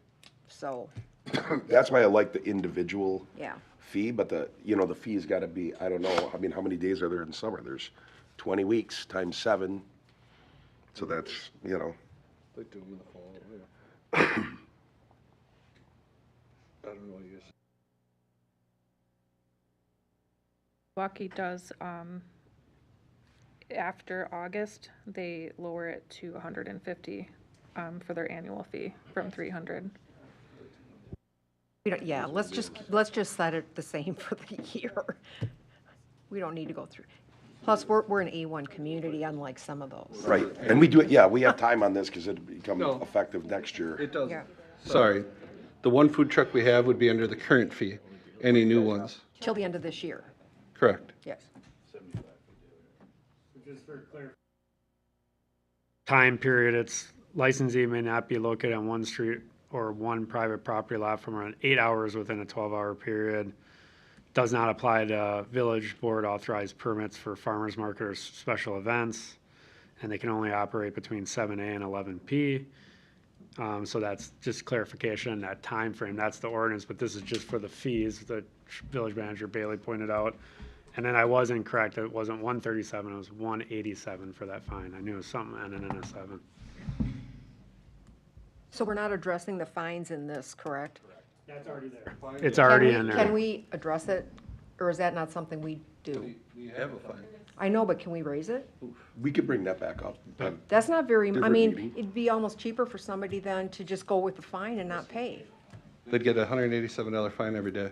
Yeah. Well, I think it should be higher. And at the time that went in, You can on the old ordinance, the first food truck ordinance, that was what the other communities were doing, that amount. I'm sorry. That could have changed though. Okay. But yeah, that would be a per violation fine amount, not just like a one time a year fine or something like that. I think $25 for a one-time makes sense. I think raising for the annual to somewhere between $300 and $500 makes sense. Ann's asking for 5,000. And I think there should be a permanent number as well. I don't know what these numbers are. I don't know, maybe we bring that back and try to do something. Yeah, Oconomowoc a high. Digest it a little bit. Oconomowoc is a high at 1,000. We did, Sandy and I we looked at many. The only kind of weird one right now is Waukesha's kind of the only one kind of getting more into the food trucks. Everybody else's fees are going up. We have gotten, I would say, 0 complaints about the one at Gristmill. None. So don't know that it's an issue, but you guys have to, again, if somebody wants 7 food trucks, you guys are going to say it's an issue. I get it. And we could address that as we Well, we get have to to set it. precedents on this too. I mean, we can't, if we're not taking care of the rules now, how can we do it tomorrow? All right, real quick though, just so we can get down to the parks. The carts are currently 75 a day, 150 for an annual. Are you guys, is that Say that again, 75? $75 a day, 150 for the annual for a Gotcha, cart? okay. That cart is the ice cream. I could theoretically get a hot dog cart and wheel it through the park and come forward. So I don't know if, you know, I'd like to raise that 150 to what? to 300. $1 a day. And then what about a non-resident, somebody who has a slushy stand, a slushy trailer and wants to come into the park? Then we're allowing them, what do you want per day and what do you want them to do it annually? 150 and 600? Sure, I don't want them in there, so make it high. Don't know that we cannot allow them, but yeah. I mean, no, if they pay Make the it fee, high. they're in there, but. What do you want for a fee for that? A non-resident or non-Heartland business food cart? 6, so. Double the 300. Carts for residents Yep. to 75. I want to touch on something that Tim's going off of though. I mean, and I don't know where you guys are at on this, but if all of a sudden we don't want them, we don't have to have them. You know, that's why we're going through this law, that we can address those things. Well, I want to make them think that, oh, man, I got to make all this money in order to pay this fee. I don't know. That's what I agree with. If someone's coming just to collect So- free money, that's not cool. If someone's no. coming because they're doing a business, you know, I don't care whether it's snow cones. Honestly, I'm not opposed to a hot dog if someone's truly, you know, they're there all the time, they're doing it like a business, but if it's just like a grab and go, Special event pricing is different, correct? Or this will be a special event. Special events are, there's a $75 special event fee, but if they're having a food vendor, they would pay these fees. You gotta So be the one cognizant time- of that too, if you don't want That's true. Mr. P's cheese sandwich place, they're now gonna say, you know what, Hartland, we're not coming to your special event because you charge too much. Different fees for special events. Sure, that's how it used to be. you can. And you had a maximum of 2 trucks unless the village board approved more than that. Normally it's just 75 a truck. I think you would add a item C down here that says But special events one day. special event. Yeah, Right? like the So street it's- dance. Yeah, that's fine. I have no problem with that. Trucks and trailers in the parks, resident, non-resident, non-special event. You know, we were, again, is that a $75 per day? It's not a permanent, so is it, But for the cart, didn't we raise that to 150, or yep, we're going 75, 300. I thought we did, okay. That was for resident. Are we having a different fee for carts that are from outside of Heartland? Well, he had s- Yeah, and that goes back to what you were saying. So if I live in Elkhorn and I want to come here and sell ice cream in the parks, do you want me to, you know, sell it at $150 a day and $600 a year or something? What is a fee that deters but still attracts? This does get tough because, man, the amount of time we spend for this amount of revenue is, there's nothing that we've spent, I bet you we've spent an hour per penny earned. But The tough thing with special events is if someone is putting on a special event and they do want to have food, the kids' day, I don't want to see them not be able to do that. But at the same time, I mean, this is getting really tough, but there's really not, I mean, I won't say it.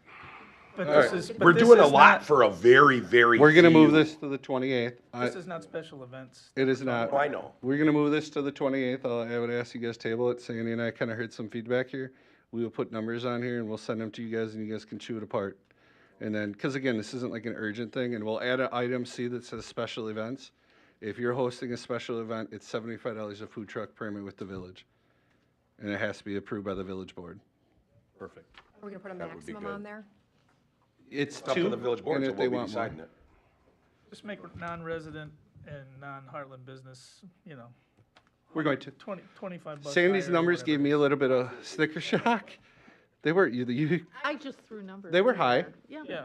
I don't want to deter, but I also, I'm- I want to, like you guys want, if a local business wants to come and sell in a park, they should be able to, better than a non-resident who wants to come sell. Right. I'm not picking on anyone.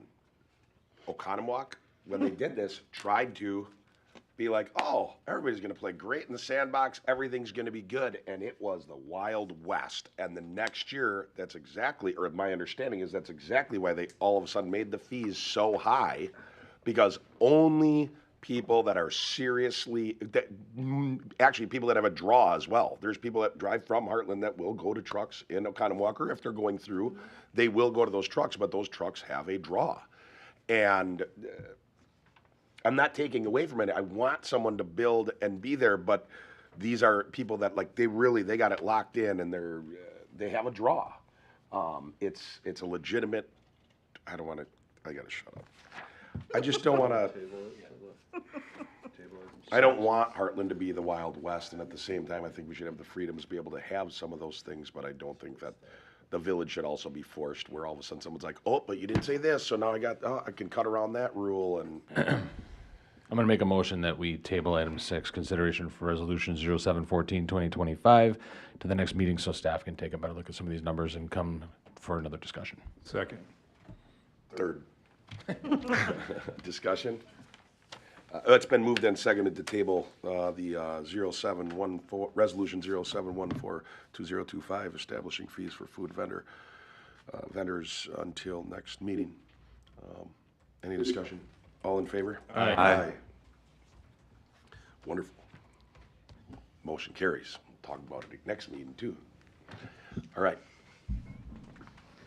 2 weeks. Well, 2 months, don't worry. We'll still be going. No, I'm kidding. That's not on the board. That's not on the board. Okay, announcements. Leo. Yeah, I could go first since I got the Oh, microphone. all right, Chief. Let's Just go. 2 quick things. We sent Hartland Police Department representation to the funeral of the MPD officer, Kendall Corder, to his funeral last Friday over at Elmbrook Church. And then on a building note, since we were talking about the building today, one of our access card readers went down. Took them about 2 months to fix it. Of course, it was to our booking room, so that's very convenient. And it was $2,000 to repair one fob reader at the end of the day, after about 4 or 5, maybe even 6 trips out to finally get the right parts to fix what we have going on. A little bit of an antiquated, obviously, system. So to replace it would be a lot more than that, but that's kind of some of the things that we've been dealing with. Thank you, Chief. All right, Friday night, we had 8 calls during the storm. We went into what's called storm mode, so we let dispatch know. They won't dispatch us out anymore. They'll just send to the command post the next call that comes in. So we decide which calls to take and which calls we can leave for a few minutes. So in that, we had 4 trees down in the road. We had 2 that went down on a house and took down power lines, and then we had 1 tree that fell down behind, actually along the path by the station there, that was laying on a power line that took out 2 of their legs. So luckily, We Energies got here really quick and had both houses back in power, and then was searching for the rest that were out. So we were very fortunate that way, because there were some communities that waited 7 or 8 hours for them to get there, so. Just want to thank PD and the DPW for coming in and helping us with all those calls and clearing them out and blocking roads for us, so.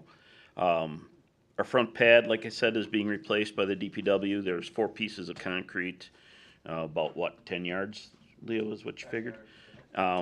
Where the ladder comes out, so that should be taken care of tomorrow, and we should be able to drive on it in probably another week or so. We have steady call volumes again with the 8 calls on Friday night, and then a bunch of other ones. DC Sharp is on vacation this week until Thursday, and then I will be off next week, so. Chief, can you speak about the golf outing coming up, when that is, and Absolutely. registration So- still open for that? Yeah, absolutely. Registration is still open. We have right now 16 foursomes that have committed. We've got probably another 5 or 6 that said they were coming in. So they usually get 1 or 2 a week that either pay or sign up, and then sign up to pay for the day of. It is August 22nd at Songbird Hills. It's a 10 o'clock shotgun start, and all the money goes back to the fire department. It's in our firefighter association wing, so, and that just helps us get equipment that we don't have to put into the budget and, use tax money on, so. Chief, do we have our big fire truck off the service right now? Because I see a foreign truck in there. No, we just switched everything around, so all the frontline trucks are on the back of the building now and Oh, going out toward Church Street. Okay. So, yeah, nothing is out of service except the old engine, so. Thank you, Chief. Okay, our hometown celebration went really well. We just want to thank all the sponsors who donated to our event, especially Culvers of Hartland for being our presenting sponsor. Right now in rec, we're working on our fall activity guide, so that'll be coming up here pretty soon. We're in our final 3 weeks of summer camp, which has been going really well.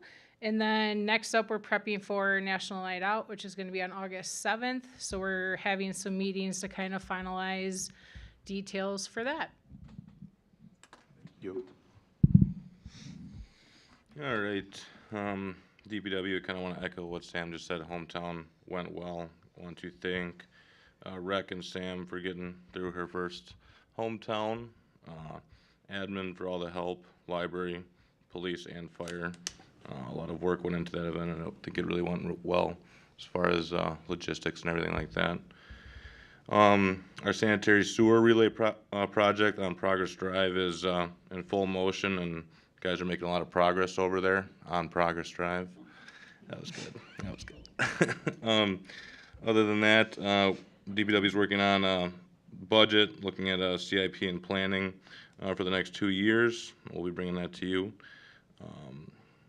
And we will, huh? When is that meeting, Tom, while you have the mic? I don't know. I just know the 28th. At what time?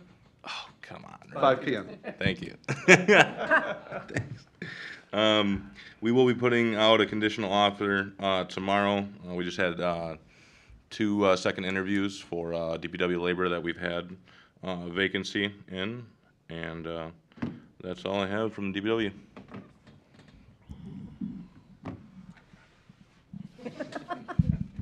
And of many words.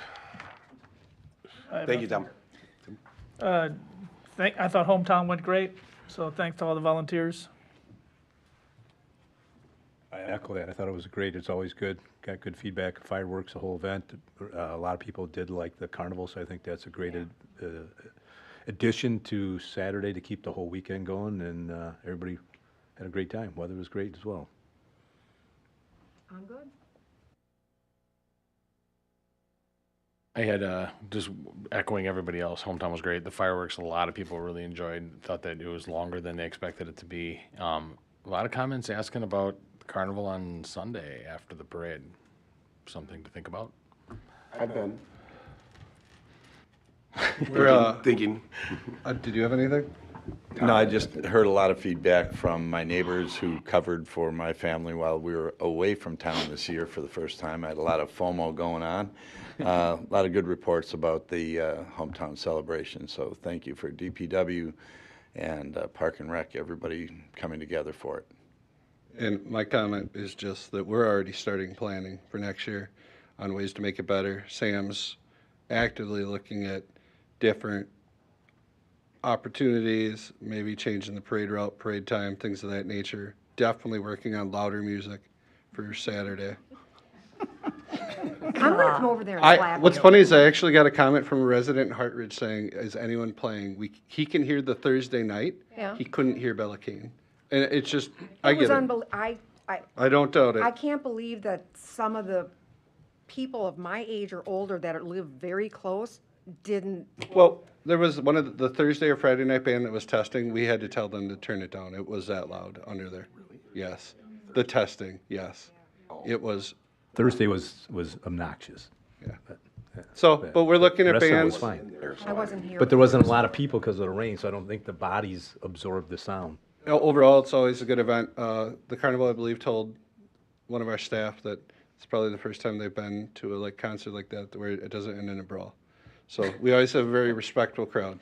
So Work on that. So I'm going to echo the same sentiments, but honestly, I cannot thank enough the staff in Hartland and the people that volunteered. And I gotta give it, to the staff in Hartland, from the guys in DBW who are working 16 and 18 and 19 hours straight, for hometown to come on. Those guys don't get to have any fun. It's literally us awake and then to sleep. And to see library volunteers working, and for rec to be doing the same thing, fire constantly going to do the same thing, and then put a smile on and walk in the parade after cleaning trucks in the morning. And PD, I did get front and center to see sometimes what people run into after the parade is finishing, when someone decides that they could just drive the wrong way. I didn't realize so many people were in such a hurry and can't drive around. But the clerk, the village manager, every single person that works for the village, including people that work for the library, everybody upstairs was busting their butt, not just Thursday through Sunday, but from Monday through Sunday. And that includes, and I don't want to leave anyone out, for all the volunteer time that so many people, I didn't, but there's a lot of people on this board that gave a lot of their time to volunteer and to make it great. I think it's so important to note how wonderful of a village we live in, and obviously everybody's doing it. And we got a system working where we get that money back. So we actually are able to have a celebration for our hometown, and we're getting better with it, but we're able to have a celebration with our hometown where we don't have to go into the bank account, we just deposit into the bank account. We don't go and do a withdrawal. So to this entire community, you do deserve to have a hometown celebration, and it's wonderful. And I love this community, and the way you guys did things was absolutely amazing. I don't try to go long, I'm always last, so then people are like, he's talking too much. But next year is the 250th of the United States, and it's already being talked about. I'm sure people are starting to see it in the news. Yeah, I want to do it big in Hartland, and I think there's a lot of others that do as well, and that will be going on across this country. Yes, I am already thinking, I haven't gotten a chance to tell Chief, so hopefully he's not upset, but it was talked, Chief Misko, it was talked about to end it at Park. On Park, at the park, and continue the carnival. By some people that were just like, oh, why don't you have it keep doing?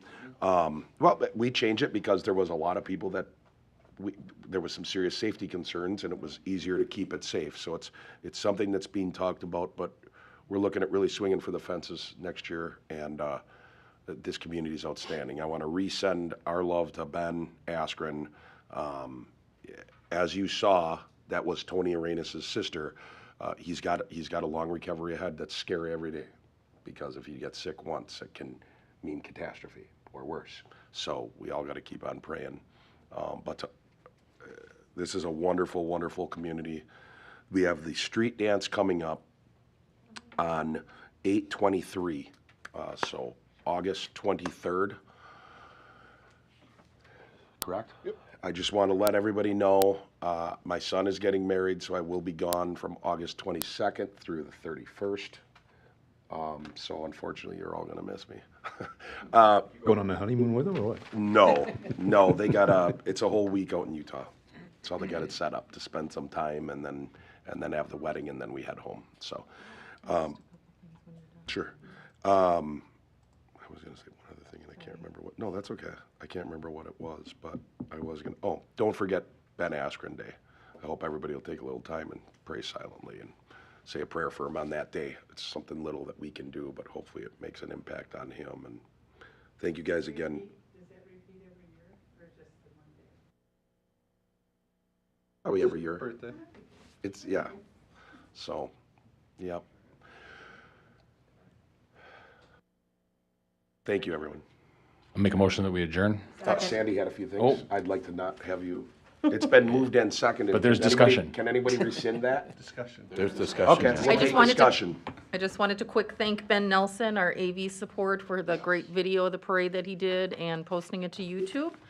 Also want to take a minute to thank Trustee Tim Hallquist and Al Visitainer, if I'm saying that right, for announcing the parade. It makes it a lot more interesting when you're watching.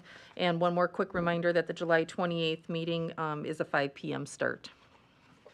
The specialists, we'll have a 5 to 6:30 for the CIP, and then a 6:30 after village board.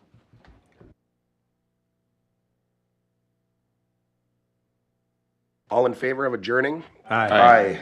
Aye. This meeting's adjourned.